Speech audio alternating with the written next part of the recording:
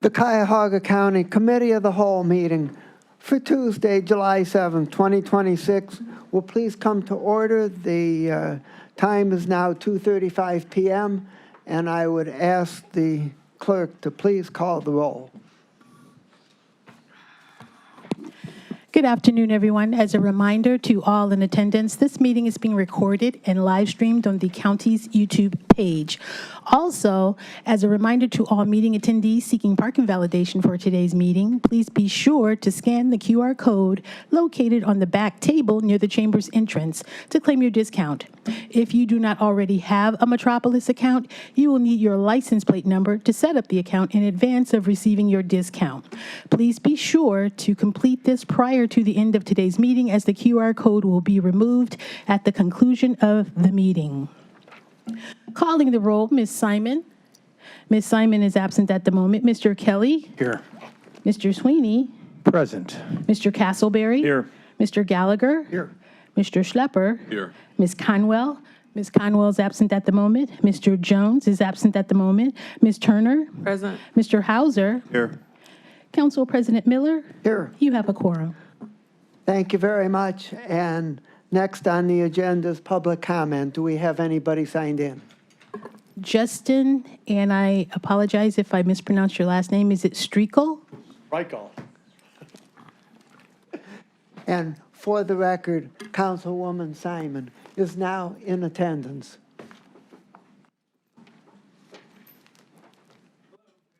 Button. Green button. There we go. Thank you, Councilman.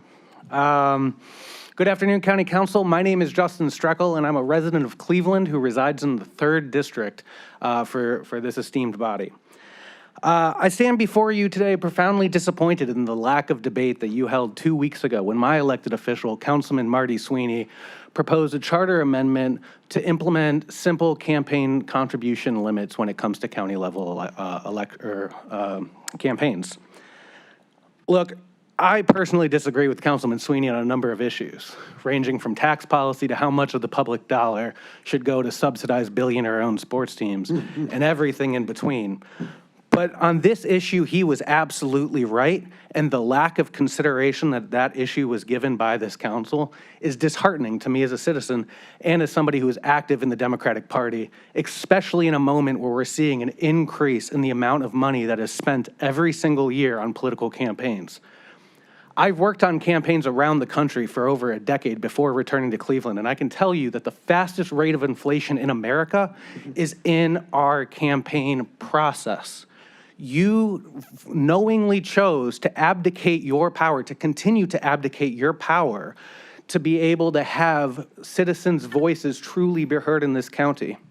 Just because you don't perceive it as an issue today does not mean that you have left the door open for millionaires and billionaires to be able to spend unlimited amounts of money in local races. You have the opportunity to reconsider this and put it to the voters and give them something to vote for when they show out to vote for the numerous other issues that you are putting forward for them to cast their ballots on this November.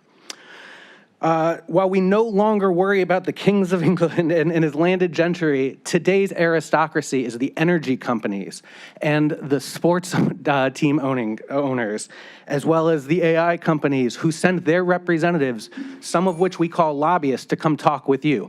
We should address this level of corruption. Thank you. That concludes the public comment portion for today's meeting. Thank you very much. And next on our agenda is to continue our discussion of the charter amendments that are before the council. We're particularly hoping that if anybody has suggestions on how any of the proposed amendments might be tweaked a little bit, that we would want to hear that so that we can get them as close to the final form that they're going to be voted upon. Where the intention, if we're in agreement, is that we would vote on all of them at the next committee of the whole meeting on the 21st and at least move them out of committee at that time. So to continue this process, I'm now going to turn the gavel over to the chairman of the Operations Committee, Councilman Schlepper. Very good. Thank you, Council President. As was mentioned, we're going to be continuing our discussion of 5 of these amendments and potential amendments to our charter.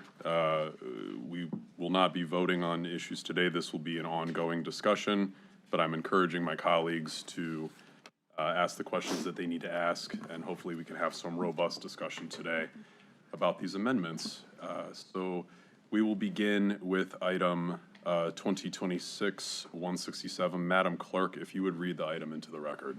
Resolution 2026-0167, providing for the submission to the electors of the County of Cuyahoga an amendment to Article 1, Section 1.02 of the County Charter to provide that no tax levied, extended, or renewed by the county shall go into effect until such question has been submitted to and approved by the electors of the county, and to provide for the manner of submitting such question to the electors. Thank you, Madam Clerk. Is there someone to speak to this item? Thank you, Mr. Chairman. Nothing's really easy, but this one's pretty simple. It comes down to where we're at. With the initial 0.25% by the commissioners to build the Convention Center Medical Mart, and then the renewal of it, and then extending it an extra 20 years to 40 years. I think is a burden upon the people that we should have put before them before we did that. If we're going to tax people, we should let them make a decision on if they want to do it or not. And I know why we didn't do that, because I suspect it would have gone down in flames. And it's not like we don't need the money, that I understand. But there were alleged better options, and this was what the option that was come up as opposed to going to the public for a vote. So I leave it to your discretion, the council's discretion, and whether you vote for it or not, I'm good with it. I would hope that we would pass this and at least give the people the option to tell us what they think. And if there's any questions, I'll take them. But again, I leave it to your discretion. Thank you, Councilman. Let's start it out with some questions. Anybody like to get us started? Any questions? Any comments?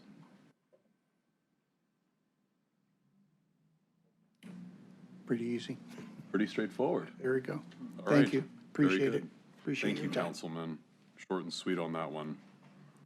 Okay, let's move down to item number 169. Madam Clerk, if you'll read that into the record.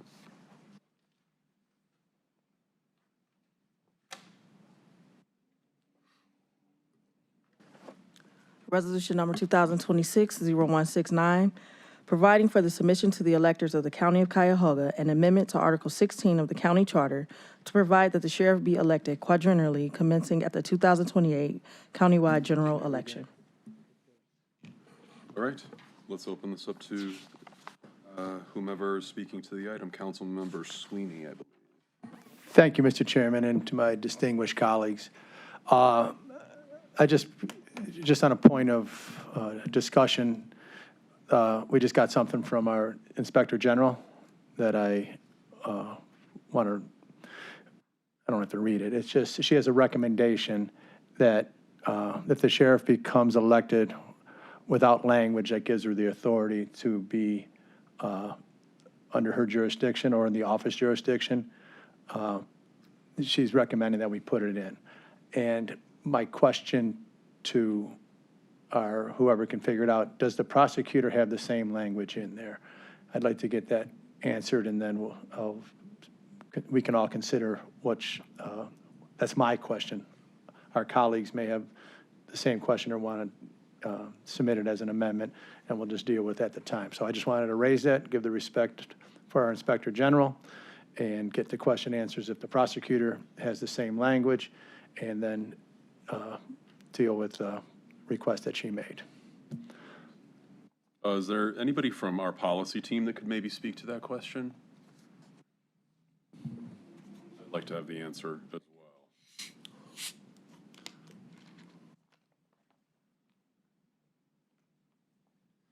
Council staff, Michael King.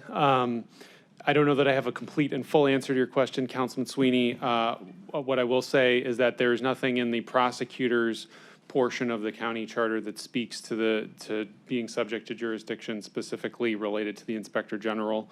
The Inspector General, the article governing the Inspector General and creating the Agency of Inspector General has a provision on jurisdiction. I can read it to you, and maybe that'll help clarify things. But it says, to the maximum extent permitted under the Constitution of the State of Ohio and this charter, the authority of the Agency of Inspector General to investigate possible ethical violations in the conduct of county business shall extend to any employee, official, or appointee of the county and any person or entity doing business with the county. So it's a pretty maximalist scope within the AG or the IG's jurisdiction. And through the chair to our Esquire extraordinaire, you never know what question's going to come to you, and you're always prepared. And I thank you for sharing that with me. And the way I understood it, any employee is a very specific 2 words put together, right? And if they're an employee, that encompasses everybody who gets a paycheck from the county. So you kind of answered my question. Yes, I mean, I think there are going to be legal questions around, who is a county charter official or employee. I mean, those are questions that have not been vetted, but that's the plain language in the charter. And through the chair, a little bit more due diligence to get that identified as much as we can per the charter, per the review, per the legal analysis, and we'll be able to move forward with that information whatever way we want to. Absolutely. Thank you. And may I continue? Please. The legislation that's being proposed? Thank you to my colleagues for being patient with me when I made my presentation. I thought it was very thorough. I'm not patting myself on the back, and very informative. It boils down to, it's a question in my eyes that needs to be called by the citizens of Cuyahoga County, because there is so much discussion that is occurring regarding the sheriff. We've been debating the sheriff since the inception of this government. And there are 427,237 individuals that will cast a vote in November. And those 427,237 people should have the opportunity to make this decision. I'm going to repeat myself because it's been debated for over 13 years, and it is a topic that is currently being debated as I go door to door, go to my community meetings. They love the sheriff, they hate the sheriff, they want it, but everybody unanimously wants to have the opportunity to vote for it. So I'm just going to keep pushing my colleagues. It's really not, as Michael said, it's not that complicated in regards to his. 427,237 people deserve the right to cast their vote to determine if they desire to have an elected sheriff or not. I'll get off my soapbox for this moment, and I'll be back on in 2 weeks. Thank you. Thank you, Councilman. Questions or comments from my colleagues? Councilman Gallagher. Okay. At the last meeting, I gave the example of we don't know what we're going to get when you go to the ballot. That applies to all of us. The taxpayers don't know what they're going to get unless you go to the ballot. We all run to the ballot, we get elected, we tell them what we're going to do, and if we don't do it, we're not going to get reelected. That's just a fact, and we all face that. At the last meeting, I did bring up the previous sheriff, McFall, and I was put in my place. But I've also started doing some research about Cuyahoga County, just Cuyahoga County. I didn't want to go to Mahoning Valley where the entire organization of elected officials ended up getting whacked for doing bad things. We've had judges, we've had prosecutors, we've had, internally, we had an IT director do things that were bad. We've had council people, mayors, you name it. They've been indicted, they've gone to prison, or they pled guilty and had to leave office, and they never changed the system. But for this sheriff, they changed the system. So if we're going to change this for this system, why are we electing anybody? Do some history on Cuyahoga County and the judges in this county.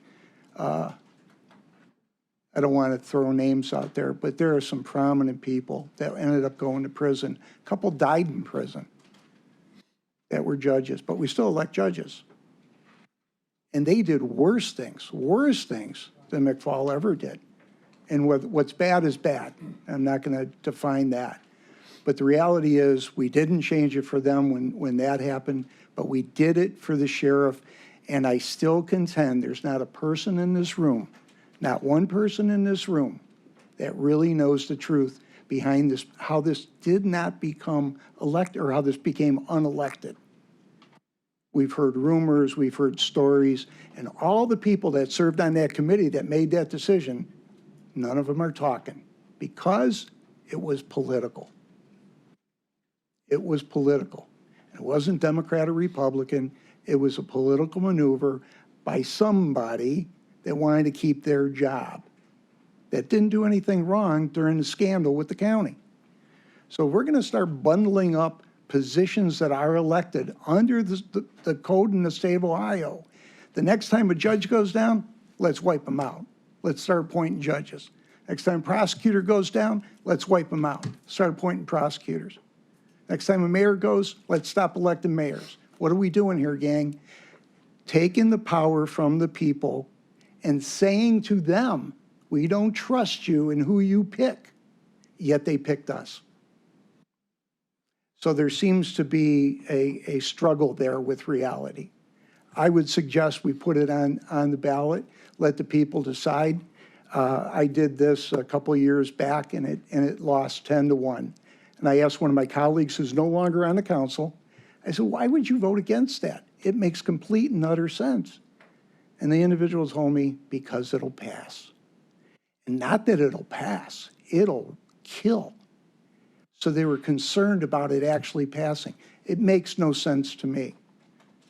If we're really concerned about good government and allowing the people to pick who runs the show in our cities, in our townships, our counties, and our state, let's elect them the way everybody else in Ohio does. And let's face it, ladies and gentlemen, has it worked? 9, going to be 10 sheriffs and, well, 9 sheriffs in 13 years. That's embarrassing. It's embarrassing for anybody that wants to debate whether or not this has worked or not. And I've spoken to all the previous sheriffs, and many of them won't even return a call because they're so bitter at how they were controlled, not by the council, by the administration. And it's not just this administration, previous administrations. The sheriffs had it. And when they left, they never wanted to come back. And these were good people, good people. We haven't had a problem with a bad sheriff, but they just can't take it. And as the female sheriff from Summit County suggested, this is not going to change. It's a pattern that will continue, and we can't do that. And if we're concerned that it's quote unquote going to pass, then let's let the people decide. Thank you. Thank you, Councilman. Thank you, Councilman. I'd like the record to reflect that Council Vice President Conwell is now in attendance. Other questions or comments? I have one of each. Council President.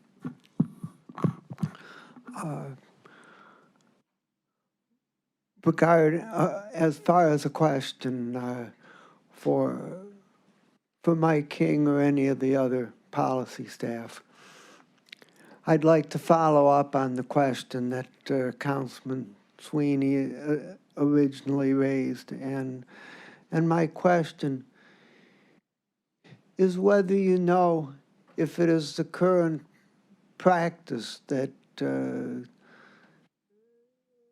that the prosecutor's office is in fact under the review of the Inspector General, and whether it's also subject to audits by the internal audit.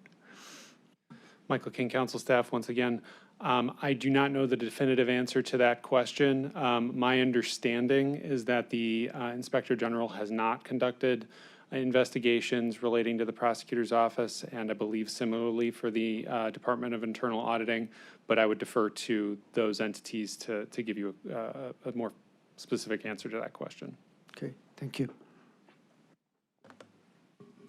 So,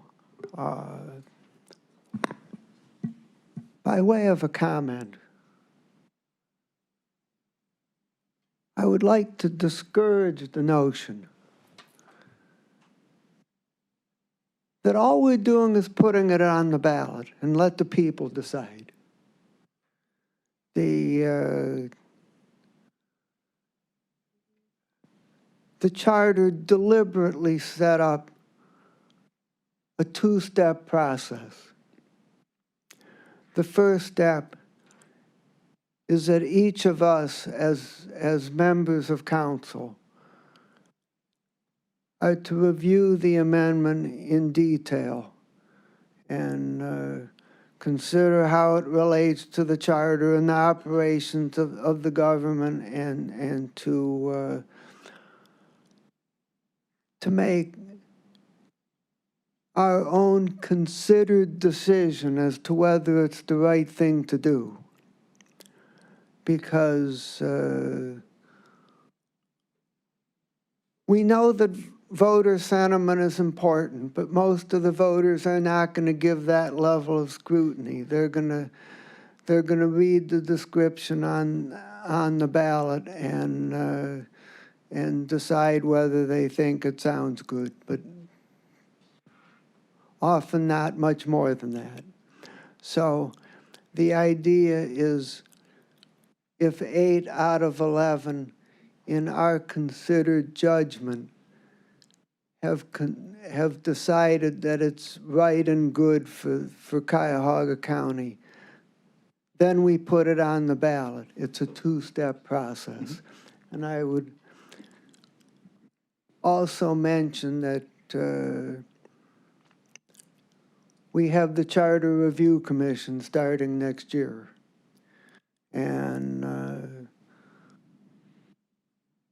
I think that there is a consensus that the relationship between the executive and the sheriff under our charter form of government is still a work in progress. But there are multiple possible solutions, and I think many of them better than this one. And I think we would do better to give the Charter Review Commission, which is coming up very soon, a chance to look at a lot of options and see what they come up with. So I just put that out for everyone's consideration. Okay. Additional comments or questions? Sure, I'd like to Councilman Sweeney. chat about what my colleague just said. I forgot what you said in the very beginning about the constituents are going to vote on it. When they go to the ballot box, every constituent, every voter has the right to vote for themselves. And the way my council president described it, I believe it's very accurate to most individuals that vote. They read the caption, they understand it, they see Sweeney, they see somebody else, they make a decision. That is their fundamental right to understand how much due diligence they want to do.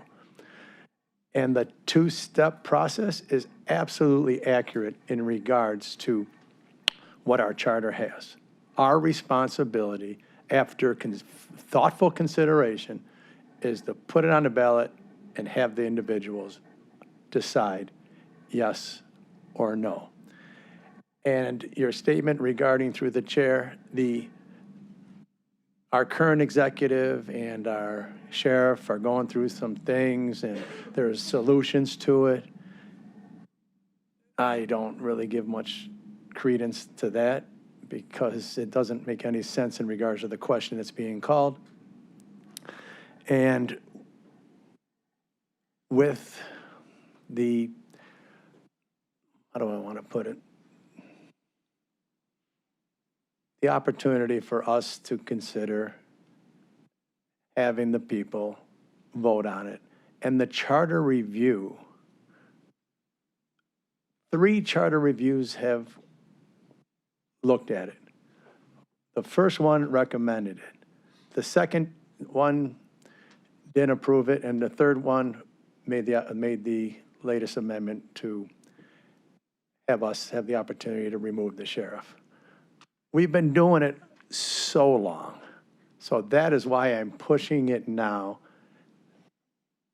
9 sheriffs in 13 years, 3 executives. It's fundamentally flawed, and the question needs to be called. And I'm privileged to be on this council. It's an honor. But I don't like kicking things down the can or kicking the can down the road. And I'm going to stay on my soapbox and push and push and push and challenge each and every one of my colleagues to make the decision to let the folks in our county have the decision to, or have the opportunity to make this decision. So thank you. Once again, I said I'd not bring it or talk anymore on this one until next week, but I thought it was important to share my thoughts that stimulated from or became real in my brain after my colleague said those things. Thank you. Councilman, other questions? One more comment.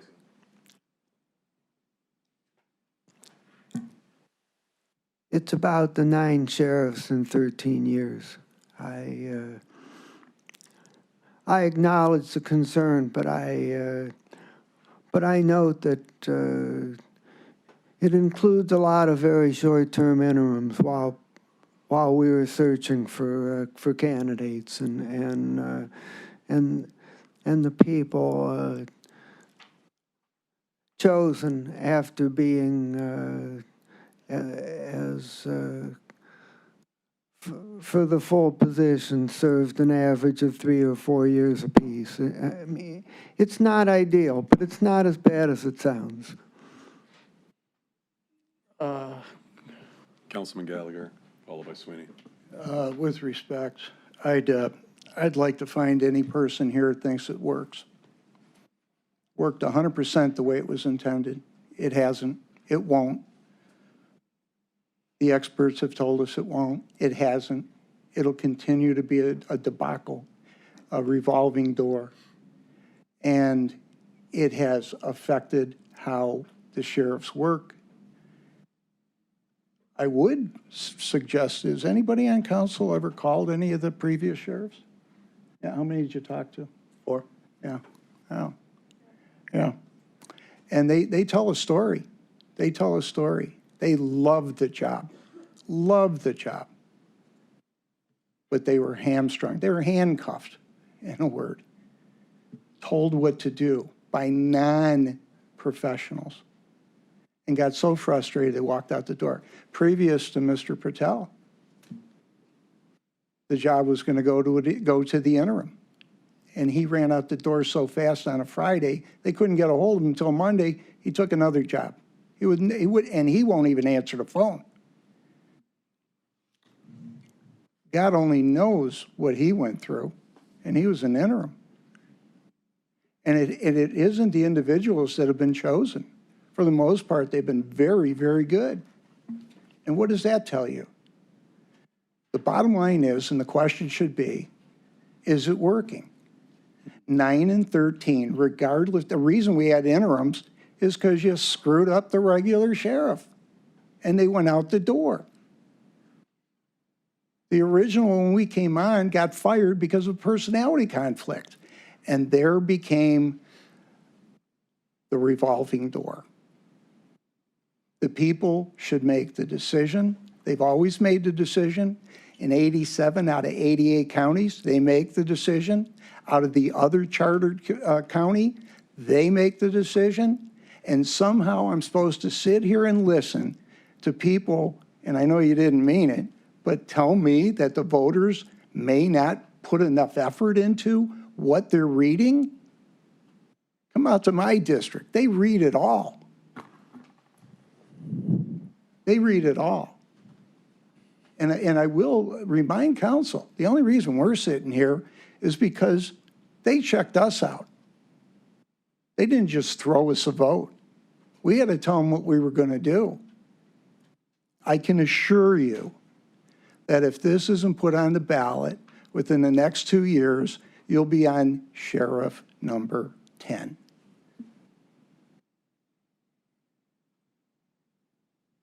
And you're still going to tell me it works. And again, there's no easy answer here other than either you trust the voters or you don't. When we're on the ballot, we trust them.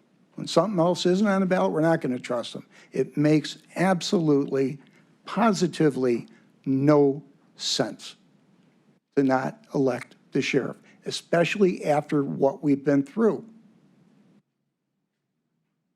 And of all the people on council, anybody get deposed and have to go to a grand jury and testify at a trial of a guy that was running the jail?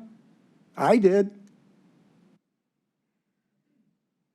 And it was my testimony that more than likely put a man in jail that I didn't think needed to go to jail. That should have never happened. And that gentleman was on orders from the administration, not the sheriff. And that's what happened. So I don't want to get deposed again. I don't want to go to a grand jury again. I don't want to have to testify to put a man behind bars again. Let the people decide. They're smart enough, they're good enough for us, they're smart enough and good enough to figure out who the sheriff is. Power to the people. Councilman Sweeney, followed by Councilman Kelly. Thank you, Mr. Chairman. Just on the point of the 9 sheriffs, and don't put too much into it because some were interim. This is also a 2-step process. We have an executive that makes the recommendation, and we've had 3 of them. One of the executives recommended somebody that didn't have the qualifications. So we have to hold the executive accountable, hold the sheriffs accountable. It's a system, as my colleague says, that doesn't work. And for an executive to choose someone to supervise the sheriff, that's the 2-step process, or 3. Choose a sheriff, hire somebody else, or the executive will manage them. So it's not just the 9, it's the 3 plus the 9 equals dysfunctional. And I'll talk more about it in 2 weeks. Councilman Kelly. Thank you, Mr. Chairman. So we had great discussion at our last meeting over this. Good discussion here today. I support this resolution, and I'd like to add my name to it, please. All right. Thank you, Councilman. Other questions, comments?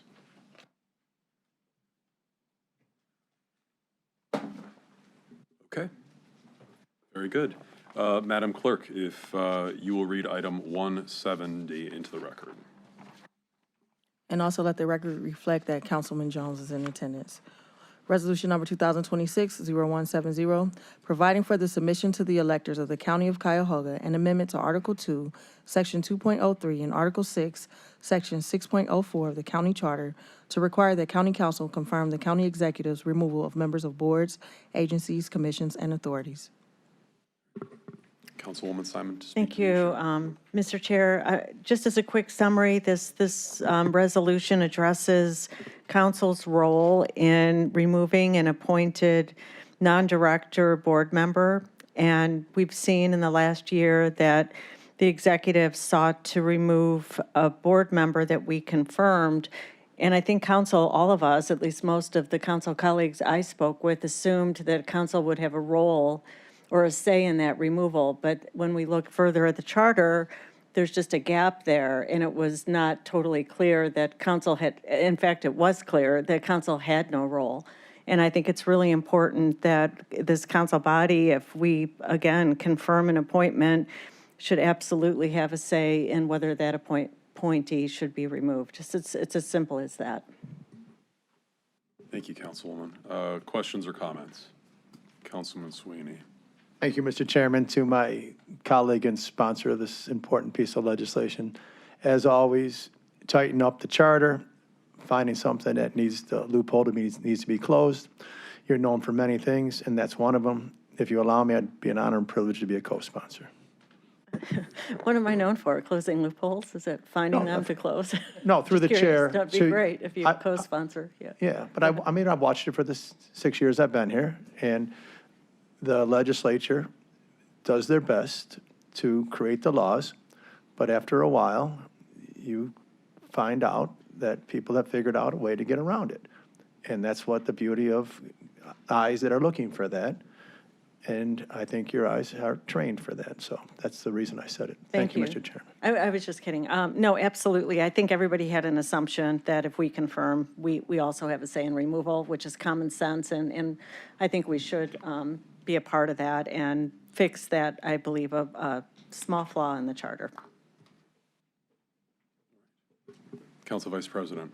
Through the chair to my colleague, Sunny Simon, would that be inclusive of directors that we confirm? Non-directors. Other questions? Comments? Councilman Jones. Charter review, is that included in that? I'm sorry, Councilman Charter Jones. review a part of this board as well? No, no one really realized this was a flaw until the executive sought to remove an appointed board, non-director board appointment this past year, and council assumed that he couldn't do that because we had to weigh in, and we found out that we don't weigh in. So this emerged as an issue just recently. So no, it's never been before the charter review.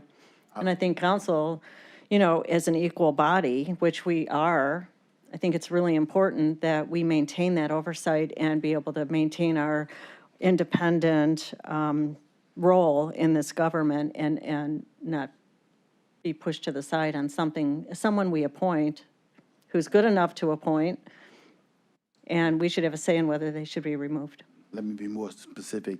The appointing of the charter review members. Oh, no. Is that captured in this as well? or- Oh, I'm sorry. That's really a good question. That's a separate amendment I thought that we were going to be looking at. Is that not the case? The amendment that's going to be considered very soon calls a different question. I think, yes. I mean, the appointments to the charter review that we confirm That is not would be included- subject to this. Is not included in this legislation? Yes, it would be. I think. It would be. It would be. Through the chair, as a co-sponsor, it's a non-director. So any of our appointees, the hundreds of them, but I've been here for 6 years and you've been here for 13, and it's never happened before. So I don't think it's going to be a regular thing. But if someone gets put on the Charter Review Commission, it's only the 6-month period. And if the executive would like to remove them for whatever reason, passing this piece of legislation would make it mandatory that we would have to approve that. That's how I understand it. Just as clarification through the chair, these are only appointments that council confirms. Any other, it's not all of them. It's only the ones that council has a role in confirming. So it's a subset of that. And we need to have a majority to remove, so. Other questions or comments? Okay, very good. Thank you, Councilwoman. Appreciate the, Just on that point, just came to me. What she said, though, it's a simple majority. The way we have it now for the sheriff, it's a super majority. So it's a lower bar to meet, so it's really not handcuffing the executive too much, but it just gives us an opportunity for some role with the simple majority. And through the chair to Councilman Sweeney and have a discussion. Why this person who 6 months ago was great to be appointed and now they're not. I think it's good government. And when we started this new government, it was 16 years, Councilman Sweeney, that we really thought it was really important that appointees to boards, and my colleagues who were here remember, that we wanted to make sure that board members were qualified for those particular boards, that there wasn't nepotism, that they would actually show up and work and make a difference for that which they were appointed. And it's really important that we continue that, in my mind, to have that higher bar for boards and commissions and not be able to pluck somebody off because you had an argument of somebody who's doing a good job. other questions or comments? All right, very good. Thank you so much for that conversation surrounding that piece. Madam Clerk, if you would read item 181 into the record. Resolution number 2026-0181, providing for the submission to the electors of the County of Cuyahoga an amendment to Article 16 of the county charter to provide the county executive the power to suspend, discipline, or remove the sheriff. Is there someone here to speak to this item?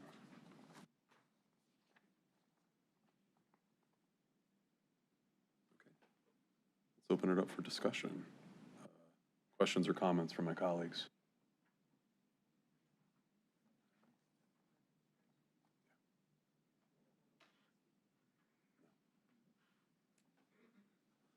Just, Councilman Sweeney. thank you, Mr. Chair. To the administration, at this time, no one's going to speak to it. Good afternoon, Council. I believe that the Chief of Staff, Eric Janis, spoke to this at the Yeah. last meeting. I don't think there's anything beyond what the statements he provided. Thank you. That just closes the question. Thank you. No questions or comments on this one? Very good. Madam Clerk, if we'll move on to the next one, if you will read item 182 into the record. Resolution number 2026-0182, providing for the submission to the electors of the County of Cuyahoga an amendment to sections 4.01 and 5.06 of the county charter. All right, I wanted to make sure we read it into the record, but we will be deferring this item. There's still discussion and ongoing negotiations going on with this particular piece, so we will circle back to that and defer that item for today. And then that takes us to our last item, which is item 195. Madam Clerk, if you will read that into the record. Resolution number 2026-0195, providing for the submission to the electors of the County of Cuyahoga an amendment to Article 2, Section 2.03, Article 6, Section 6.04, and Article 12, Section 12.09 of the county charter to provide that appointments by the county to certain boards and commissions be equally divided between the council and the county executive. Someone to speak to the item? Yes, thank you, Mr. Chairman. And to my colleagues, I'll be very brief. As I said before during my presentation, all this is a rebalancing of the appointment process. And the one thing I want to drive home, the current structure, with the way it is now, we have zero opportunity to make a recommendation for someone to be considered in the boards that are in this legislation.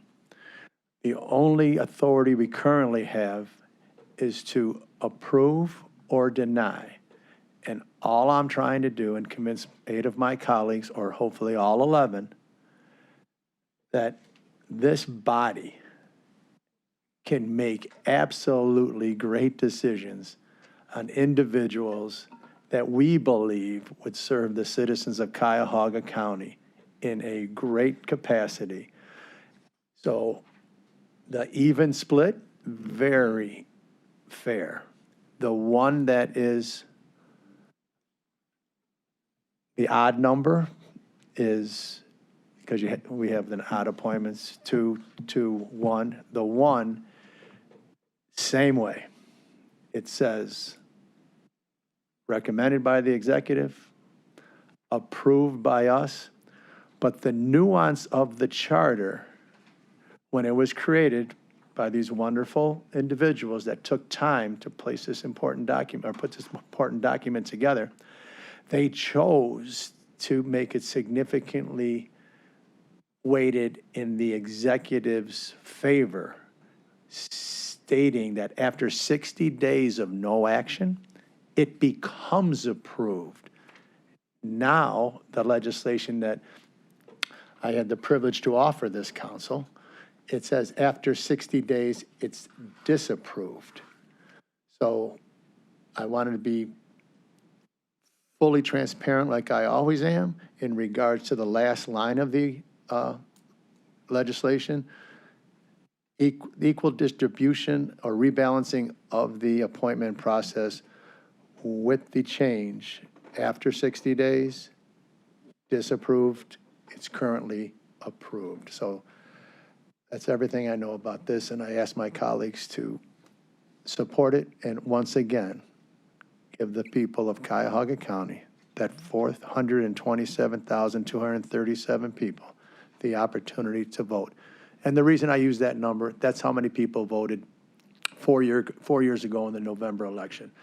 I should say very roughly that number, but I think there's going to be more folks voting in this one because of the competitive races that are out there. So more people will participate in helping us make these important decisions. Thank you, Mr. Chairman. Very good, thank you. Questions or comments about this? Yeah, Councilwoman Simon. Thank you. I spoke last time when we addressed this, and I'm not totally opposed to the concept. I like the idea, especially with charter review, if a component of this to have council weigh in. As I said, most cities, when they have charter review, the community participates. You know, there's a broad selection process when you impact the whole community. And I think it's really important when we have charter review that it reflects all of 11 of us and the executive, especially in that category.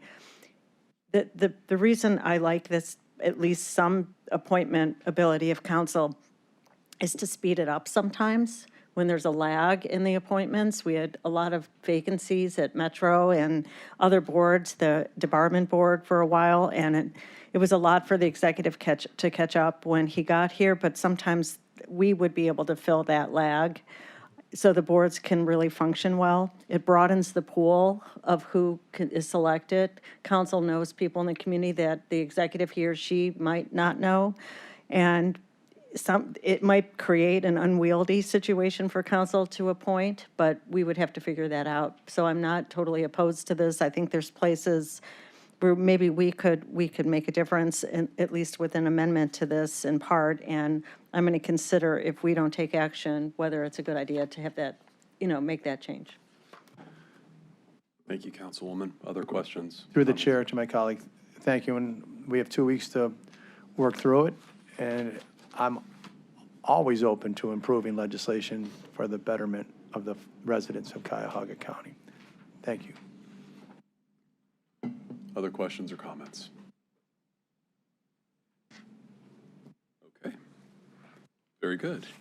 That was our last item in this section. I did want to say to those in the audience, in spite of the contentiousness of some of these issues and the ongoing conversations surrounding them, the beauty of this is that this is the democratic process at work. And the fact that in spite of differences of opinion, that process is still alive and well, at least regionally here in Cuyahoga County. So I think it's a real pleasure and honor to be part of that process. So thank you. At this time, I will turn the gavel back over to Council President Miller, and we will continue our meeting. Thank you.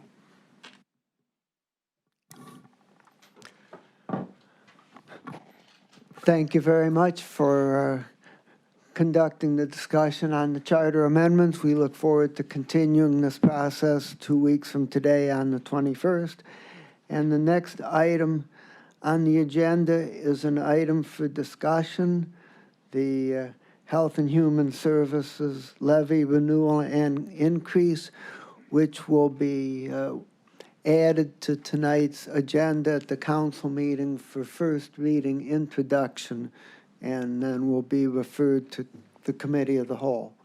So I would call upon Director Merriman to make the presentation on behalf of the administration. Good afternoon. My name is David Merriman. I'm the Director of Health and Human Services for Cuyahoga County.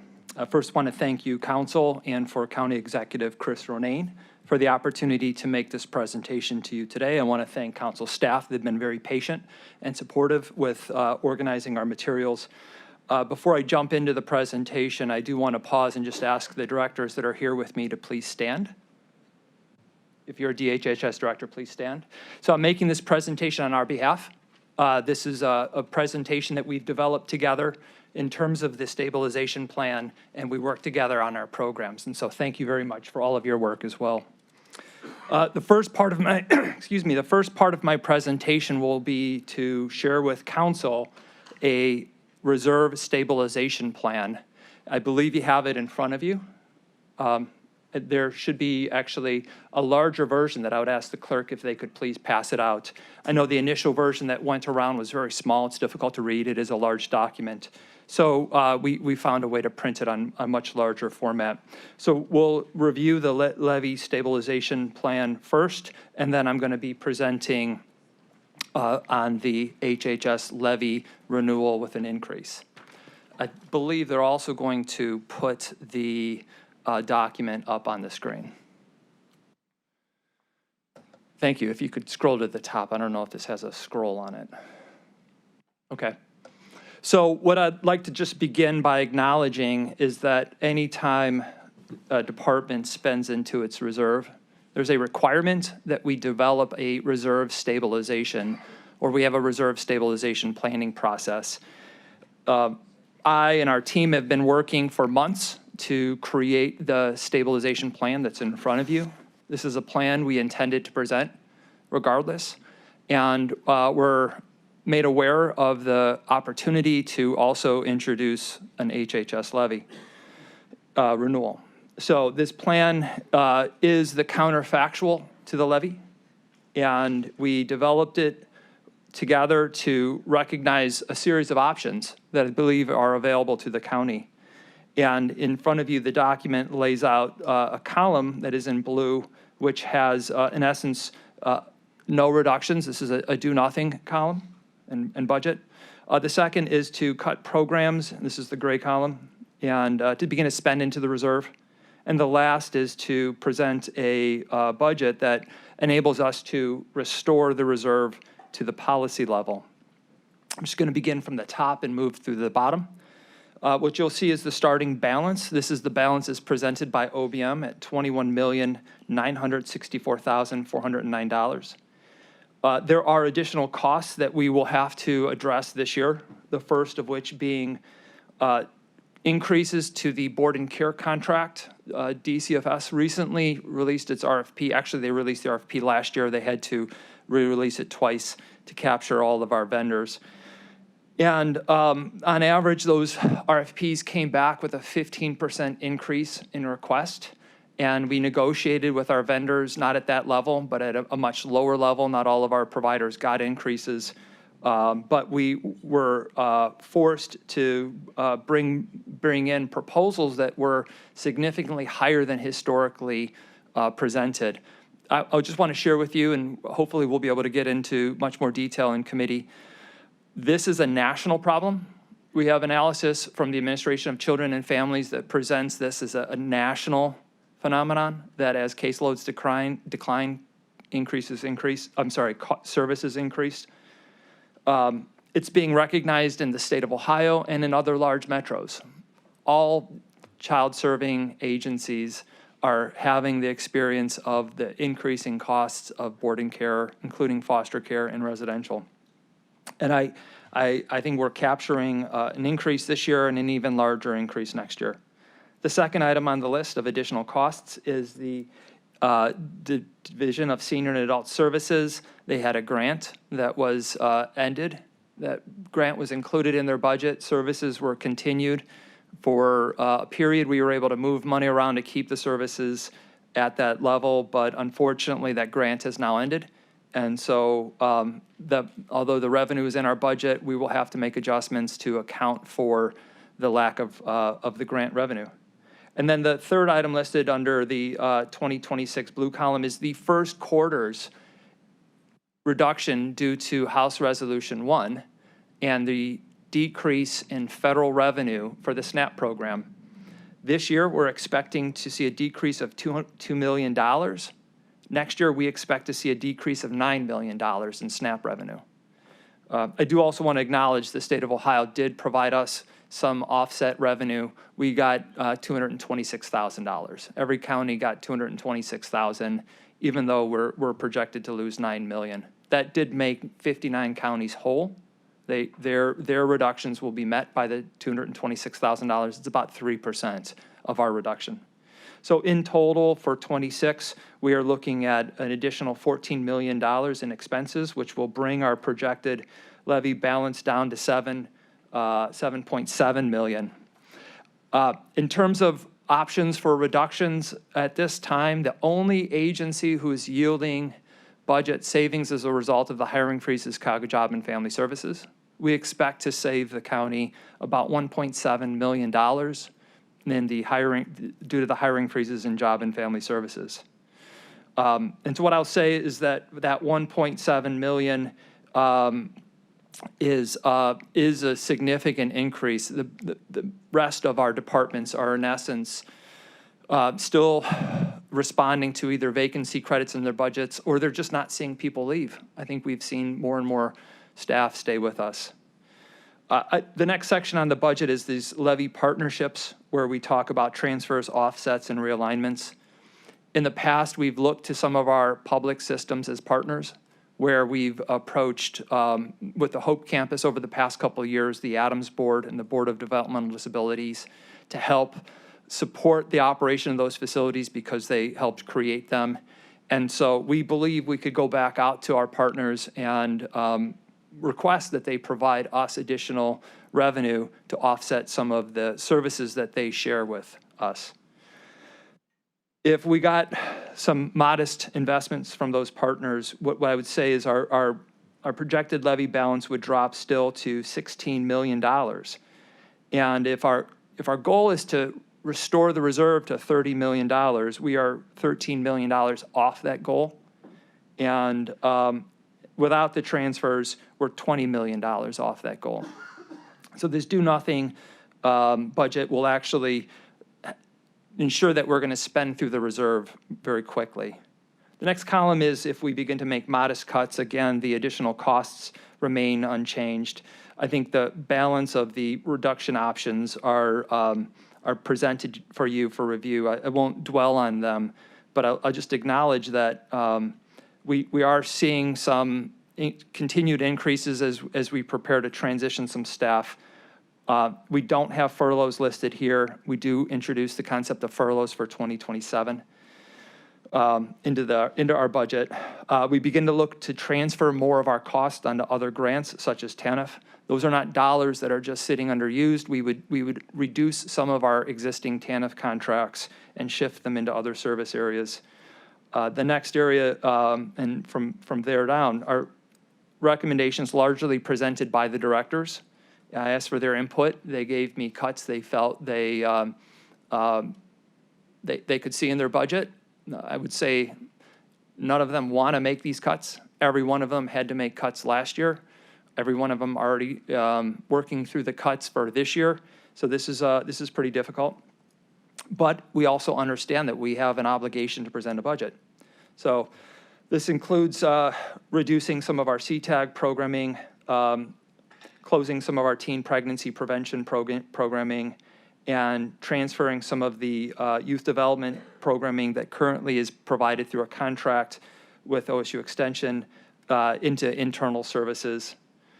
Proposing reductions to Canopy, Say Yes, and the collabs next year for the collabs. We are out of the Quincy Place building, so it looks like we're going to be able to realize those Quincy Place and Old Brooklyn savings. And then beginning to spend on or reduce some of our expenses for the DSAS contracts. These are both the Options and Community Social Service Project, as well as the Lutheran Metro Ministry Adult Guardianship Program.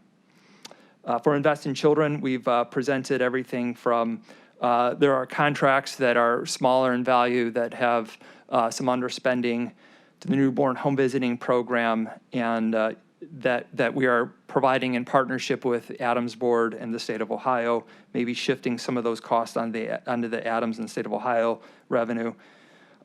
Some modest reductions to the universal pre-kindergarten program that would enable us to eliminate some of the professional development and other ancillary services, not scholarships or classrooms.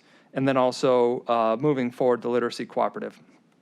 Homeless Services presented the following adjustments. The Identity Collaborative in entirety. The next several items, you'll see the acronym PSH, that's Permanent Supportive Housing. These are facilities that are operated for chronically homeless individuals that are, in essence, removed from shelter, moved into an apartment, and given on-site supportive services. Been found to be a best-in-class and evidence-based intervention that ensures people don't return to homelessness. Also listed is seasonal shelter. No adjustment this year, but an adjustment next year. And then the fatherhood programs contracts, and then beginning in 27, some reductions in reentry and TANF. So the pink column that it provides a stable budget has even more dramatic reductions.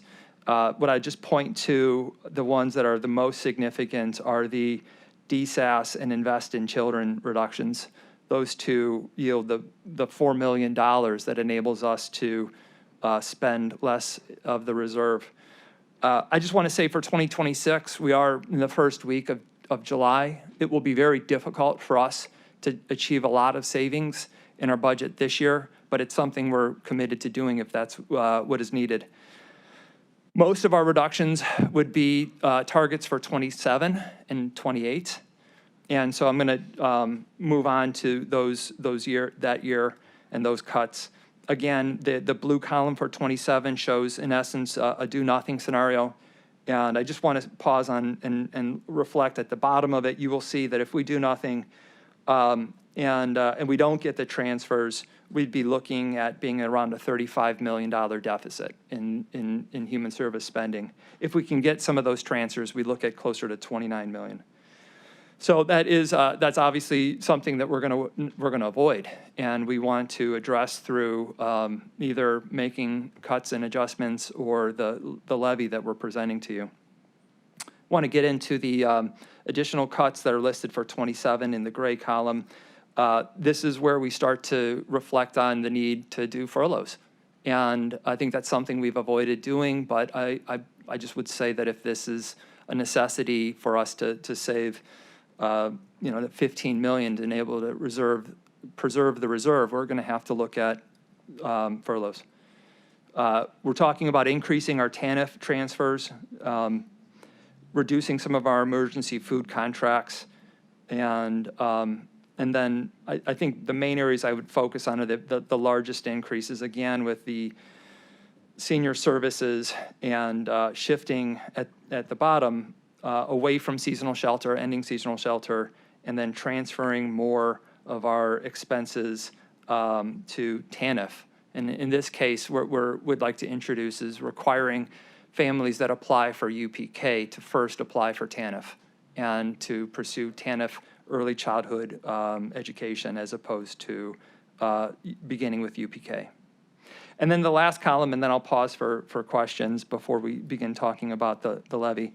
The last column is again the column that enables us to make cuts to have a stable budget. And in that, I think these are the deepest cuts, the most catastrophic cuts, where, we'd be looking to, again, transfer additional dollars from TANF-funded programs. We'd be presenting the elimination of the emergency food contract. There's actually that first column for FCFC should read CTAG. It says Say Yes next to it. So some reductions in the CTAG program. Additional reductions to the Canopy, Say Yes, and the Collabs. Reductions to the options program, CSSP, and adult guardianship program. Further reductions to the universal pre-kindergarten program. And then on top of the permanent supportive housing reductions, we would probably need to reduce that by an additional $1 million. And then lastly, we would look to eliminate one of our legal clinics in reentry. There's more cuts on this. I've moved through them quickly in the interest of time. And, but I do want to just acknowledge that finally in that lower section that is in pink, there are two options here. I think one of them, if we have the transfers, we potentially have overcut above, and we can get to the $30 million if we can realize around $8 million in transfers. If we don't get those transfers, then we still would actually need to cut $3.9 million to be able to get to the $30 million reserve policy. So these are very dramatic cuts. I think these are the deepest cuts that I've seen in my experience, and it's something we do out of necessity. But as I said, the second part of this presentation will be to talk about the HHS levy, and I'll pause there to see if there are any questions on the levy reserve stabilization plan. Councilman Kelly. Thank you, Mr. Followed by President. Sweeney. That's a dire outlook that you just gave us. But I have a comment. Assuming that this area below that you're about to talk about is going to be on a legislation that's going to come to us tonight, is that correct? Yes. Asking the council president. To the director. Yes, we are introducing the levy tonight. Okay, and it'll be a numbered legislation? Yes. Okay, thank you. So when the executive put forth his two charter amendments, he was here to do that. But right now, we're going to be asked to place what could be the largest Health and Human Services levy increase for the 21st century before Cuyahoga County voters, at a time when families are facing significant financial pressures. This is one of the most consequential decisions this council will consider. It deserves the highest level of attention from county leadership. So I think my question is, if this legislation is going to have the county executive's name on it, why is he not presenting it? First, I want to just recognize, per the charter, I'm the Director of Health and Human Services. Understood. I am bringing forward my documents and my proposal that is my responsibility. And as the Director of Health and Human Services, I'm responsible for this budget. I'm responsible for our departments. And we make this presentation with a heavy heart. These are very dramatic cuts, or it is a very dire situation for us and our community if we have to, in fact, carry out the stabilization plan. I understand, but this is huge, and it's going to have the executive's name on the legislation, I assume, and I just feel Yes. that he should be submitting this to us. Thank Okay. you. Councilman Sweeney is next. Thank you, Mr. Chairman and President. David, how are you? Good, how are you? I'm okay. I just want to applaud you and your staff, the way you're presenting this, no emotion. It is dire is an understatement, but you've always held yourself supportive of your teammates. You're never out front. You're not leading, you're giving credit to everybody else.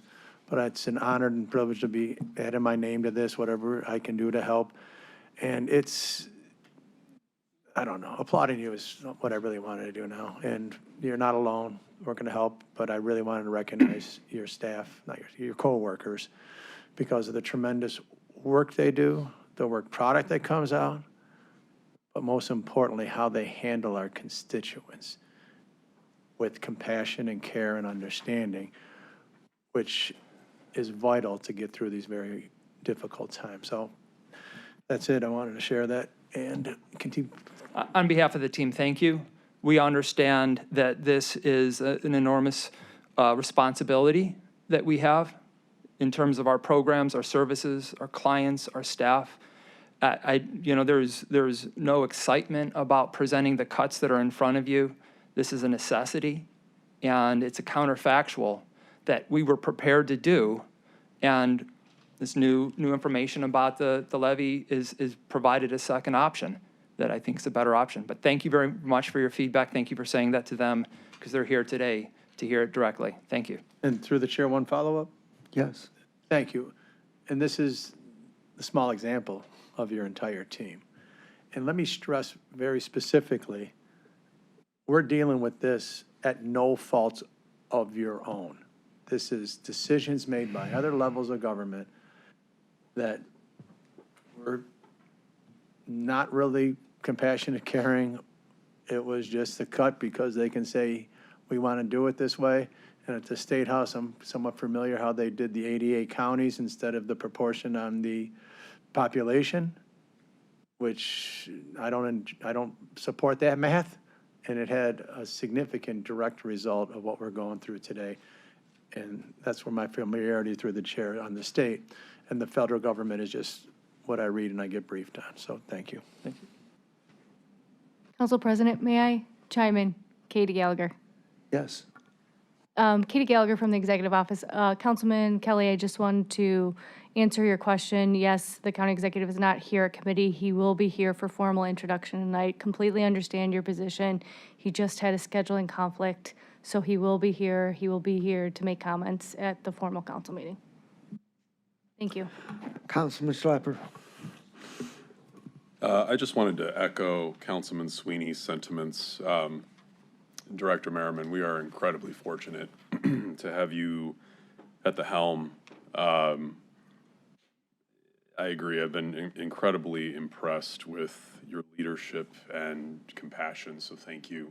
And thank you to all of the members of your team. And I think it's worth mentioning some of the pieces that have been outside of the control of, this body and federally pieces, a $8.3 million increase in board and care for children and family services, pieces that are essentially outside of our control, 2.1 million in SNAP cuts, pieces outside of our control federally, 3.9 million DSAS grant reductions, pieces outside of our control, right? So we understand that you are existing within parameters that are difficult and tenuous, but it is worth mentioning that you're leaving no stone unturned, and we see that. So we thank you for those efforts. The question that I had to, and I think it's worth mentioning for the record, can you state again the minimum that we need to have in our reserves, or the suggested minimum, and then also where we currently are? I'll also invite Director Parfiowitz up to speak to it as OBM. My understanding is it's 10% expenditures from the prior year. But let me ask Walter Parfiowitz to speak to that matter. Thank you. Yes, Walter Parfiowitz from the Fiscal Office. Through the chair, the reserve is generally 10% of prior year spending, so it rounds out about $30 million right now is what we're required to keep. Our projection at first quarter was roughly $2 to $3 million is where we would end up with basically what David is discussing here. If we don't take action, that's probably where we'll end. So if we didn't take action, we'd be sitting about 22 million, so. No, if we didn't take action, we'll be sitting around $3 million. Very good. And then the other question I had was what was the language that was given to the broader community when our previous levy cycle, when they were essentially running that campaign, had there been a number of years that was given to the community, hey, we're hoping this levy cycle will last 10 years, 5 years? I was curious about the language that had been used. To the councilman, so it was 8 years. And actually the most previous levy was the other levy, was the 4.8. And we did not increase that levy. So I think chronologically, the most recent levy was just passed, and that was a continuation at the current amount. The last time there was an increase, it was for an 8-year span. And were we able to take it to the full 8 years? Were we able to go beyond the 8 years, or were we below that threshold? We're below that threshold. Yeah, we have 2 more years to go. I'm always curious, because when I served on a school board, it was always, we would promise the community, we're going to try to stretch this out 5 or 6 years. We'd get to 7, get to 8 sometimes if we were really judicious. Obviously, those are different circumstances, but just wanted to get an idea, and I think it was worth stating on the record. So those are the only questions I had. Thank you. So I would also just like to recognize when those prior projections were presented, I think models for inflation did not include COVID.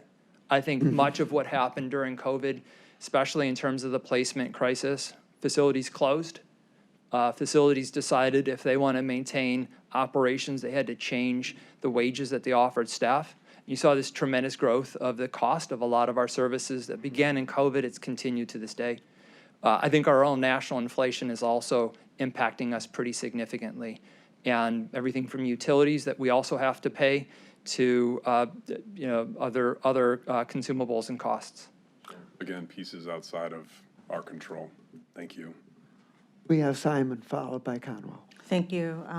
The current levy to which we're going to be looking to increase doesn't have to be addressed until 28, right? And we're here in 26 talking about this.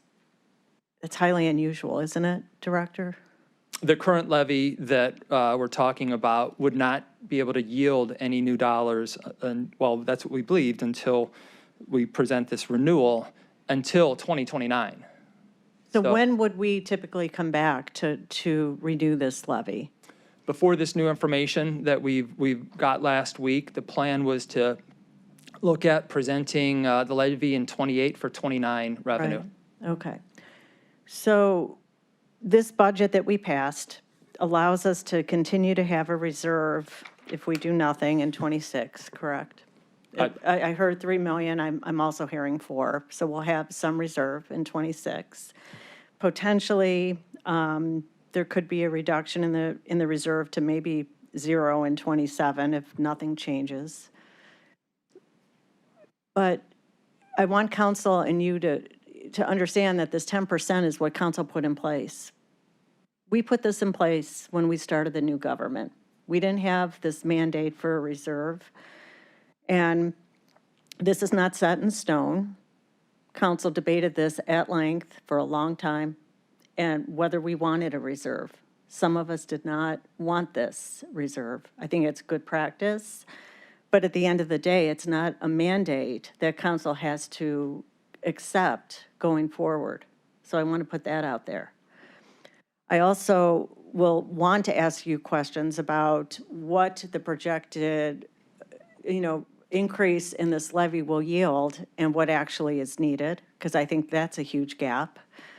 I think we're asking for more than we need, absolutely. I'm going to ask you, do you think it's prudent, and are you willing to proceed with this, knowing that, we have another levy on the ballot in November, which is for the Department of Development Disabilities, which is a huge increase. Are you still intending to compete with that? We're still bringing this levy forward today. Okay, and do you think that's something that's going to be acceptable to the voters? So I want to first acknowledge our voters are very generous. They're committed to these programs and services. I think we've seen that time and again. And at the end of the day, what we've shown is that this levy serves everyone, that the truth of an emergency that could land a person in an emergency department or have a family member that experiences a need for behavioral health treatment.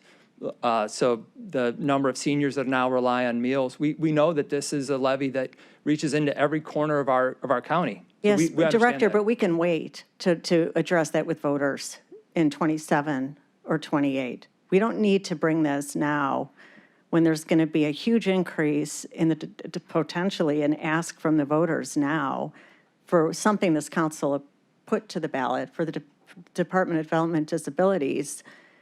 So I understand our voters have always been generous, but why would you not wait to give them time and give us time to adjust our budget and understand that this could change? This isn't set in stone. We have a midterm election coming up. There's going to be a change in the federal government. Things dramatically can change in terms of TANF funding in '29. So there's no reason this has to happen now, other than you think you want to bring this now, but it can wait, correct? You know, we are presenting this levy because the opportunity to serve seniors and children is right now. We will cut our services if we don't increase our revenue. Well, let's talk about that, because in '26, we're going to have a reserve without cutting, right? We won't have the policy level that is I needed. understand that. Okay. We have a reserve, and this is council's policy level. This isn't yours. We passed this, and we can change it, because it wasn't even there when we got here, and commissioners managed quite well without a reserve. That can leave. That's our issue here on council. But we're going to have a projected reserve in '26 if we do nothing. So when you talk about cuts, that doesn't land true for this year. What small cuts could be made in '27 to make sure that we're still able to continue on without a huge gap, other than the deficit and a reserve? So what Director Parfiowitz referenced is we'll have 2 to 3 million. I think you had also heard a figure of 4 million. 4. That so I don't think there are small cuts that could be made that don't dramatically impact our services. If we are projecting to spend, I think what we show is up to 35 million into our levy, well, actually into the county funds. At that point, we will have exceeded the reserve and we'll have a deficit. In '27? In '27, by the end of And '27. of what? I'm sorry? What's your projected deficit after the reserve is, Well, again, if we don't get any of the transfers, if no additional transfers come in, 35 million. If we can transfer funds between some of our partners, we could be talking about 29 million. We'd be talking about a $30 million deficit if those transfers come through, or a $35 million deficit if they don't. okay. So how are you going to sell this to voters? This is, like Councilman Kelly said, the largest increase. Why don't we come down from what you're asking? Because I know there's a gap between what we need to get through to get through versus what you're asking. This is a huge increase. At the same time, this council hasn't even talked about the huge increase the Department of Development and Disabilities is asking. Everybody just put it on there and said, let's do it. But there was never really a discussion about it is really a huge increase. And now we're coming in with a huge increase. Have you thought about coming in lower than what you're asking us to put on the ballot? You're asking us to put something on a ballot. Have you thought about reducing that ask, considering everything that's happening in the economy right now? Well, we're absolutely considering what's going on in the economy. I will tell you that the 10 years levy that we're talking about will not have, there will be a structural deficit in it. By the end, it will not fully meet the costs that inflation and other growing cost areas are expected to, that we're going to have to address. So I can tell you right now, there's a justification that we ask for more than $111 million. If we were to simply take a look at what our expenses are during that 10-year period and just annualize them, I think we would be looking closer to $120 million in an increase. We're not presenting that. We're presenting $111 million, and we will have to work through that additional $8 to $9 million that is, Here's that the is problem I projected to see. be. Here's the problem, because you're just talking about expenses going up, but you're not realizing that there could be a change in the federal funding at the end of this budget cycle. So we're all assuming it's going to be the same, and I'm not sure that after what happens in the midterms and what happens in the presidential race, that we're going to be in the same place we are right now. And I guess I would ask us to wait. We have time in '28 to actually do what we've done before, is to wait for the renewal period, do proper planning. I don't see much planning here. I see we're jumping into something, I've never seen this before, that we're asked to put something on the ballot without any time to think about it, to adjust, to take action in this knee-jerk way. And I understand the needs that are there, but we don't have to do it this minute, especially in '26. So I really question the timing. I question the wisdom. I question what appears to be a huge gap in planning, especially when we have a competing levy that's doubling at the same time, not to mention sales tax that might come from RTA. I just think we better look close as a council and say, why are we doing this now? Is it because we think the voters are going to rush it, bum rush it because we have TANF cutting? I think we need to be stewards of all of this and be prudent about the timing. I've always supported levies. I'll always can support levies, but yeah, I've got to question the timing of this one. Ms. Conwell. I'm good. So, I just have a comment that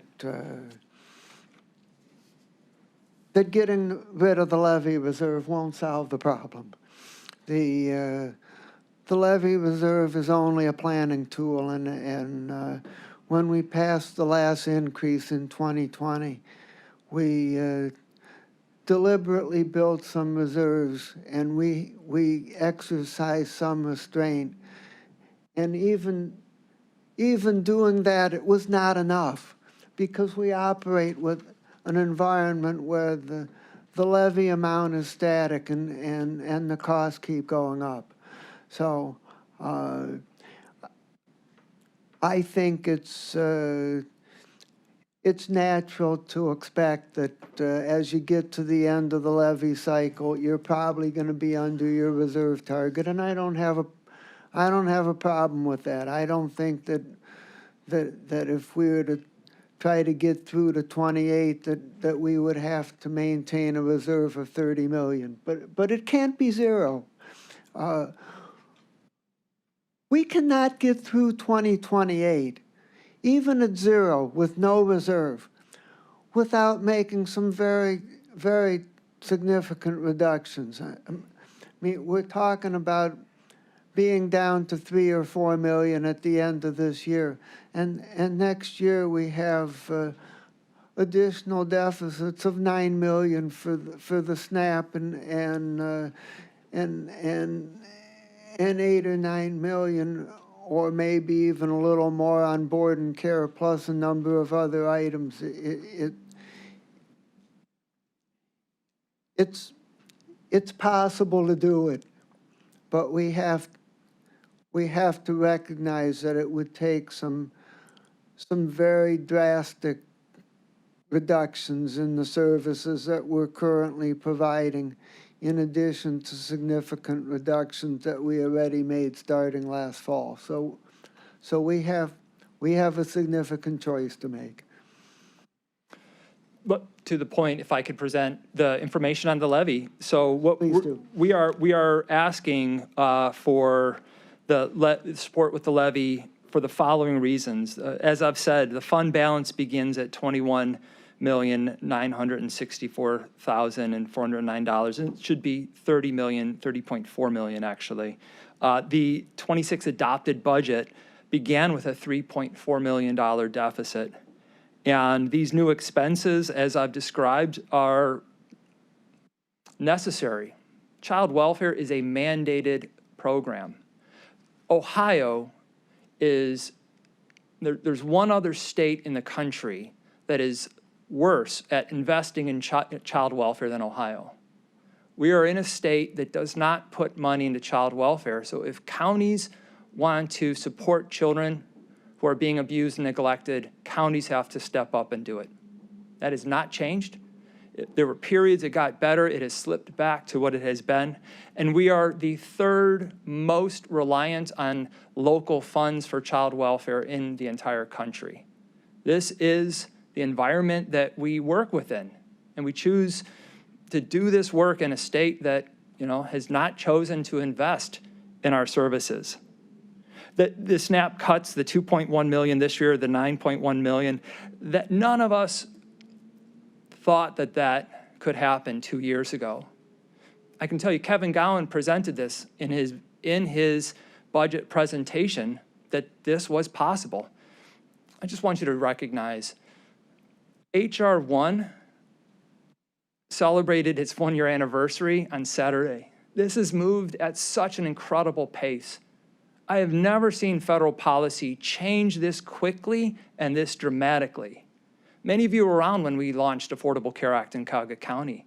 You saw the federal government take years to build the infrastructure to do what was needed and spent hundreds of millions of dollars. When TANF was launched, changing welfare reform, tens of millions of dollars were spent in counties to do the services that are needed.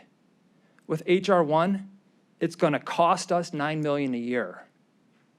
We did not make that decision at local government. That decision was made at the federal level. We are just responding to the scenario that it has created. And that, this loss of this grant, this was not a loss by DSAS. This is a grant that went away. We have tried everything we can to keep our senior services at the level that they have been at. Senior services are rising. The calls to APS, the calls to information and referral, they just increase year over year over year. And we are trying to find the resources to connect residents to, including our own, the ones that we fund through CSSP, the Community Social Service Program, and options. So these are the reasons that we're here. And the levy is static. A human service levy is static. It does not index to inflation. What you get is generally what you're going to get for that entire duration. And they capture the known costs at that time. I think no one is clear what's going to happen next in terms of the federal government. We're going to see a funding opportunity from HUD in the coming weeks that will change our homeless service system next. And I don't think it'll be a change for the good. Inflation is going to continue to rise this year, certainly. I put money on that one. And our costs have increased every year by an average of 5% and 6% for personnel costs. It's 4% for others. So on average, we have seen our revenue decrease and our costs increase. There are 2 levies right now that support our programs, the Adams Board, Metro Health, and other vital community services. Together, they bring in about $279 million right now through property taxes. And the 4.7 mil levy is expected to expire in 2028. The 4.8 mil won't expire until 2032. And our last increase was in 2020. I think we've lived within our means for 16 years. The homestead exemption is on the 4.8 mil levy. It's not on this levy, so I do want to address that. I understand there were some concerns that with changing this address the homestead exemption, it won't, or the homestead reduction.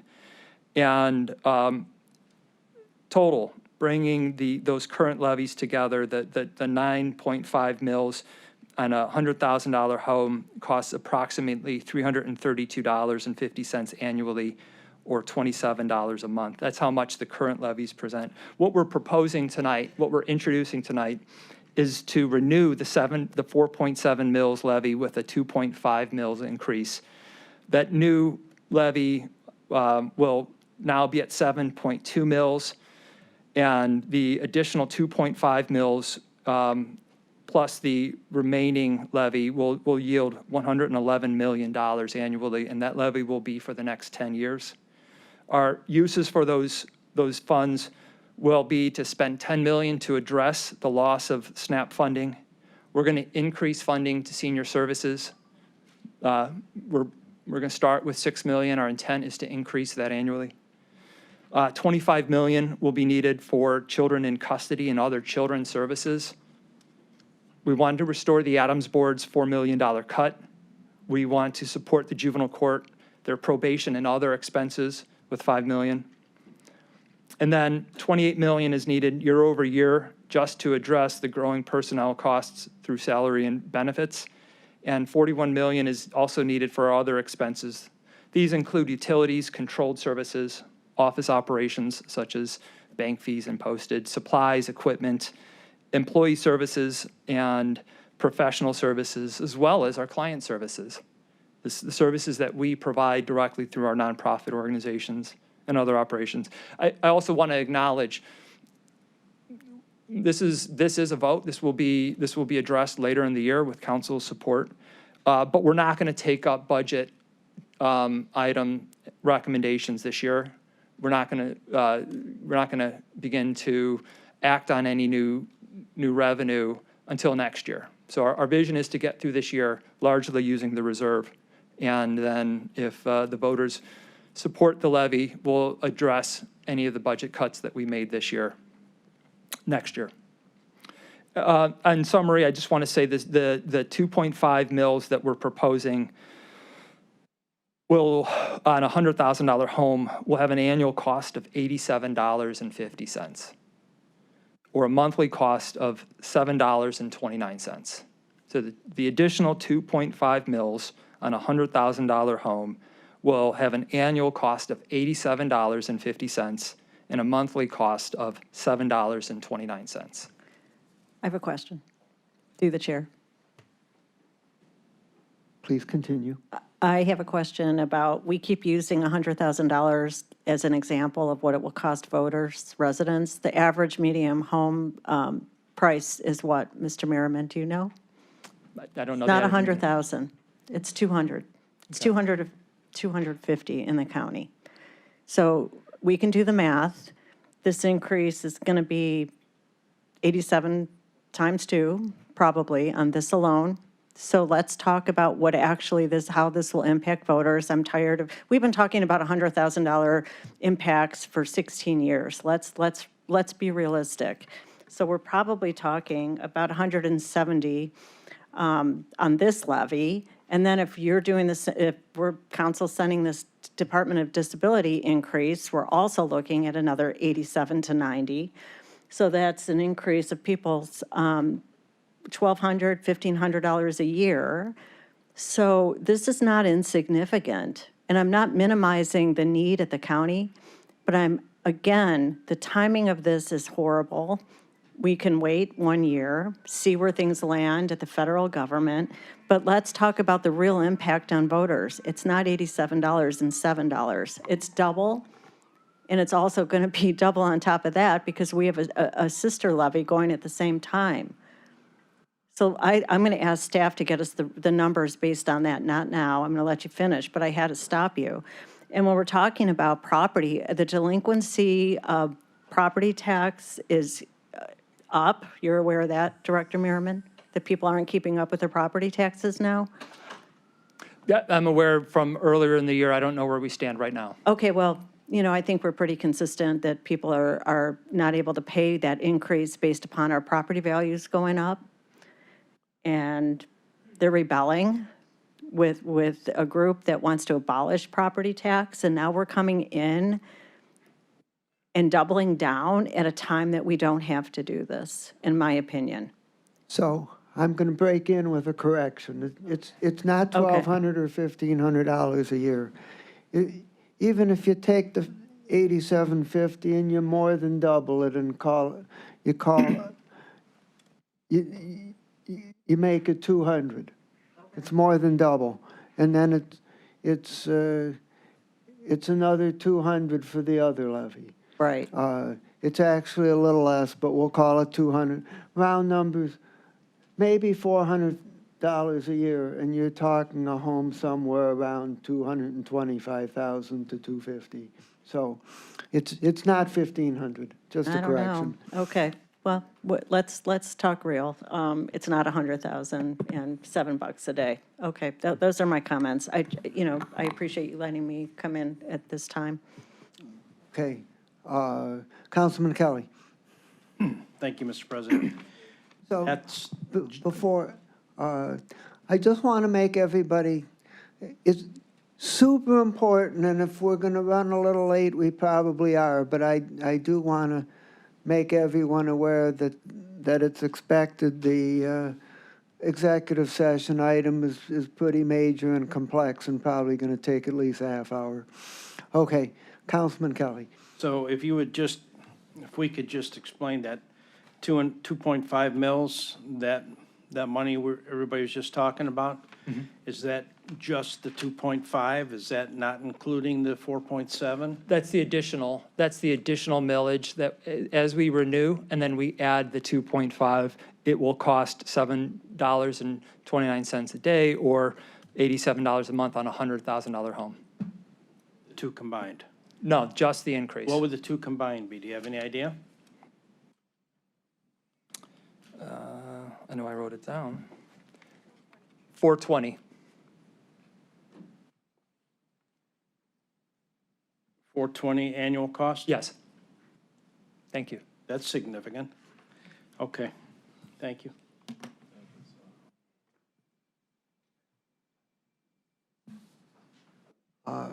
Councilman Jones. Thank you, Council President.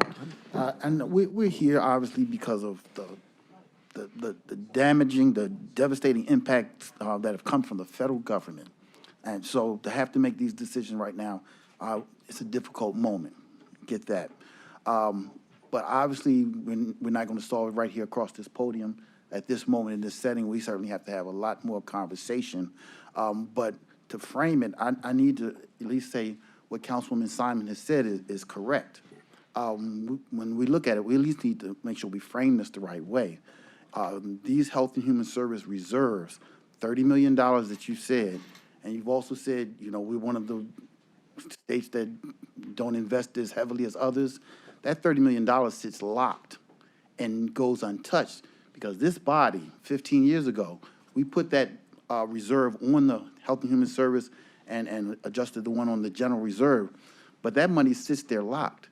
The reality is every county across this state, all 88, have the same Health and Human Service responsibilities that we have, and they pay for it out of their general fund, which means we have the responsibility and the ability to do the same.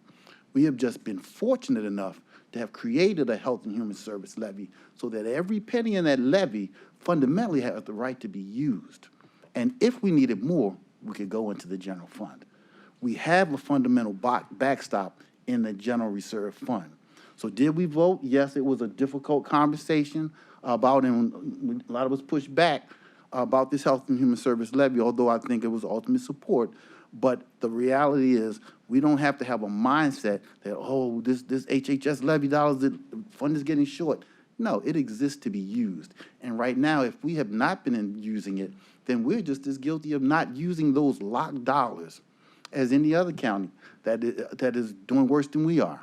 That $30 million, and I'm saying that's the answer. I'm saying we need to figure this out. But don't start with a fundamental framework that we can never touch this $30 million. We also have to be concerned and always consider what our rating bonds say, the ratings. But as long as we are consistent and steady and thoughtful about what we do, we will not throw them into a tizzy and destroy the market ratings that we have. We just have to make sure what we do is intentional, is thoughtful, and we move forward in a consistent way. But we should not sit here and think that that $30 million has to remain untouched and not a part of the solution if that's required. I just wanted to throw that. Just to be clear, the 30 million isn't locked. It's a 21 million and dropping rapidly. Councilman Gallagher. And I simply meant by locked is, and you could say maybe I was loose with my terminology, but whatever the reserve is untouched. And for what reason? We don't have to have a reason. We can touch that money when we need to, when the emergency comes, when the human service need is there and it's needed. We should not look like we can't meet the needs of the community because this money must stay where it is at the levels that they are. It's not untouched. 9 million of it's already been used, and we're using more of it every day. Well, I thank you for that because that reinforces my point. We've done it before, and if necessary, we could do it again. Councilman Gallagher. Thank you, Mr. President. I think some of us earlier on, 16 years ago, saw this and I was one, I don't know who else was here when we were arguing it. I vehemently argued to be spending the money. The HHS money should not be, whatever you want to call it, lockboxed or put to the side. If we have X amount should go out the door. It should be on the street helping people out. This seems to me to be an artificial situation here.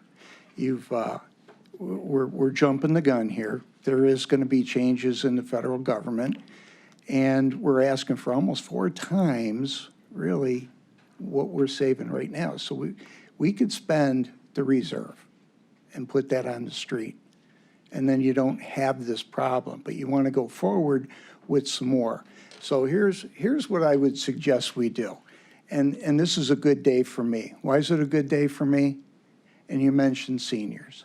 I have been hawking for a senior levy in this county, like Franklin County, and nobody wanted to listen to it. That could be $40, $50 million a year, which you could be spending somewhere else if we had a standalone senior levy.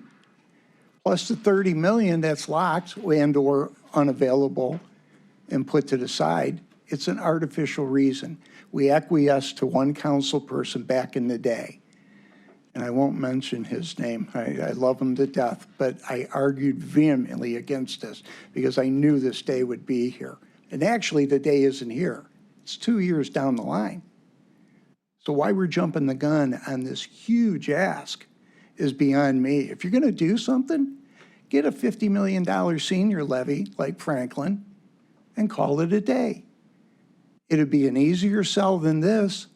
What's $100,000? What are the people paying $100,000 right now for without this? What's the cost on HHS? I'm not sure I understand the question. They're paying what per 100,000 right now without this? You mean for the current levy? Yes.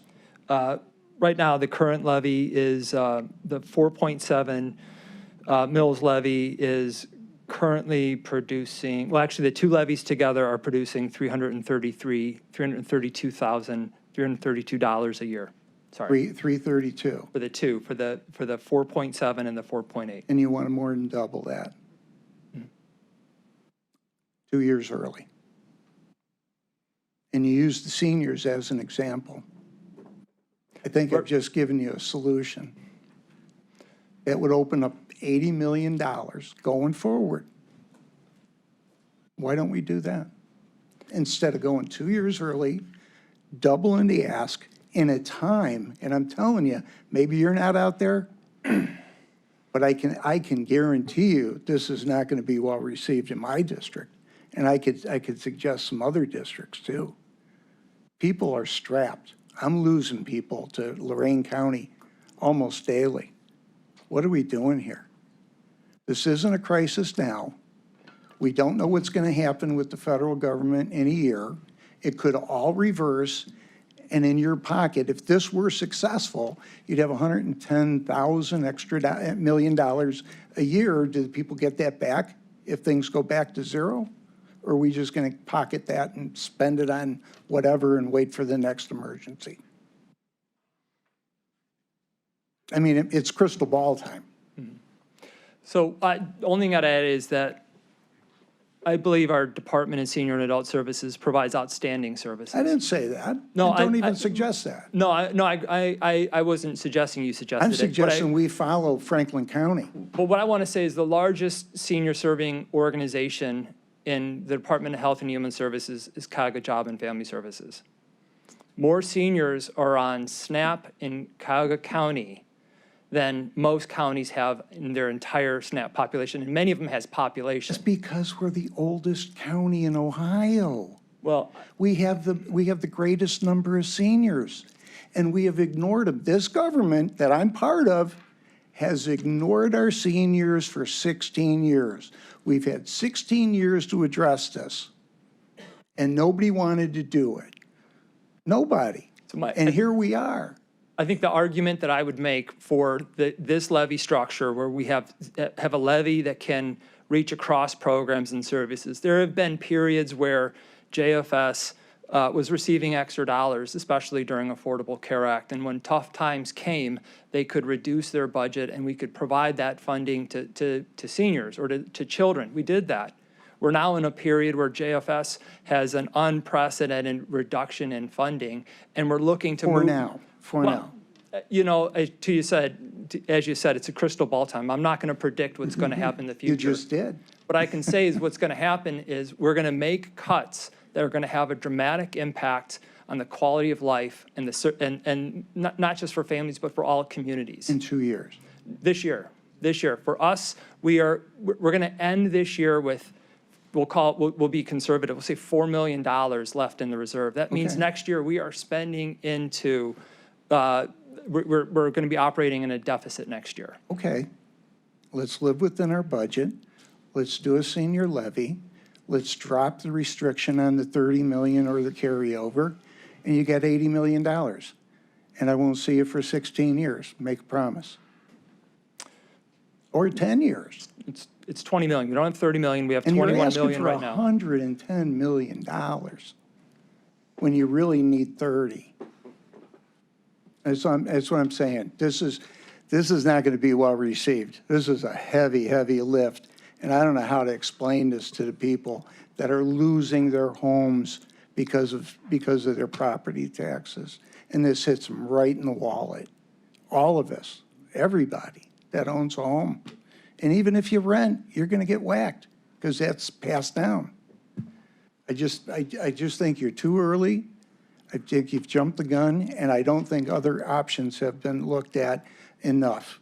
We have an example in Franklin County of how it works. And like it's been said, we're the only one with an HHS levy, and now we're running out of money?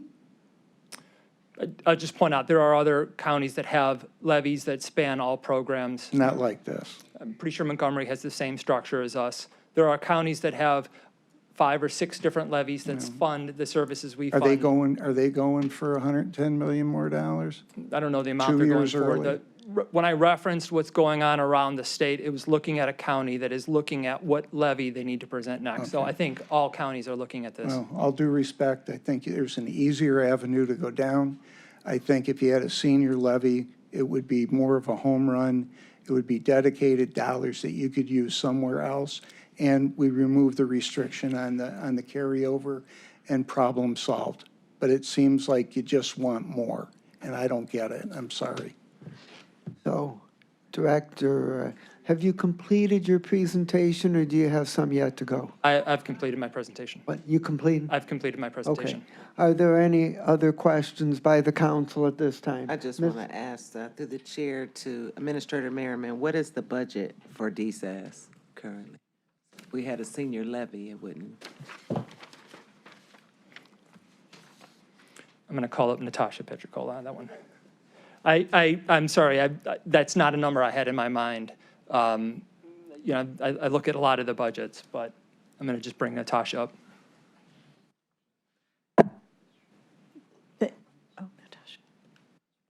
Good afternoon, Natasha Petricola, Director of Division of Senior and Adult Services.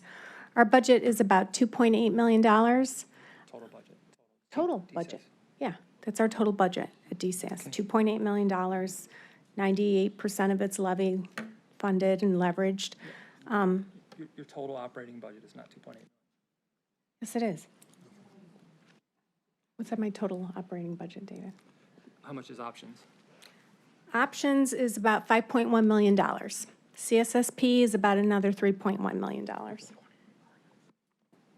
The total budget is 28 million. Okay, I was over by about 100,000, but 28 million dollars. Just trying to rationalize it in So that's our budget. in my head, if we did go with a senior levy, and that would bring something, and this would save 28 million out of the levy fund. So just trying to rationalize my thought. Thank Ms. Simon? I just want to add that the pressure on property tax is evident with the school levies that are not passing. I think Parma has not passed a levy, and they need to pass a levy. It's critical to their school, and if we add this on top of this, right now, I just think it's going to have just a domino effect on the entire county. And I just think we need time to plan with our options. We're going to be good through 26. There'll be time in 27. We can move money from the general fund to HHS if need be, to carry it through. But this is a planning process. This isn't just, the other day we're talking about sales tax for other reasons, and then the next day I'm hearing about this. And usually we sit down, we plan it out, we talk about options. This is not usual procedure in this body. It is not. I just want to make that clear for the new people. This isn't usually how we roll. And I just can't emphasize enough that we are going with another levy at the same time. And we think this is, I think you said the residents are very generous. They are. But at some point, that's going to shift. And there's a perfect storm right now with everything happening with property taxes, with another levy that's doubling potentially. I don't think we can continue to take this magnanimity for granted. Anything else? Okay, well, this was a very good discussion for a pre-introduction preview, and yes, it is going to get a lot more discussion before we take final action one way or the other, probably on August the 4th. So thank you very much. All meetings of the Cuyahoga County Council are open to the public under the Ohio Open Meetings laws. Under that law, council may go into executive session during a meeting for specifically authorized purposes. During executive session, council confers outside the hearing of the public. Council may not make any decisions about any matters in executive session. All decisions are made in public. This afternoon, council will go into executive session for the purpose of discussing a collective bargaining matter. During that time, our live stream will be down, and we'll ask all those not specifically needed for the executive session to remain in council chambers. Council members will convene in the adjacent Committee Room A and will re-enter the meeting once the executive session has ended. Is there a motion to go into executive session for the purpose of discussing a collective bargaining matter? So moved. Second. It's been moved and seconded to go into executive session, and that requires a roll call. Calling the roll for executive session, Ms. Simon? Mr. Kelly? Yes. Mr. Sweeney? Mr. Castleberry? Yes. Mr. Gallagher? Mr. Schlepper? Yes. Ms. Conwell? Mr. Jones? Yes. Ms. Turner? Yes. Mr. Hauser? Yes. President Miller? Yes, Motion carries. thank you very much. We'll retire for executive session.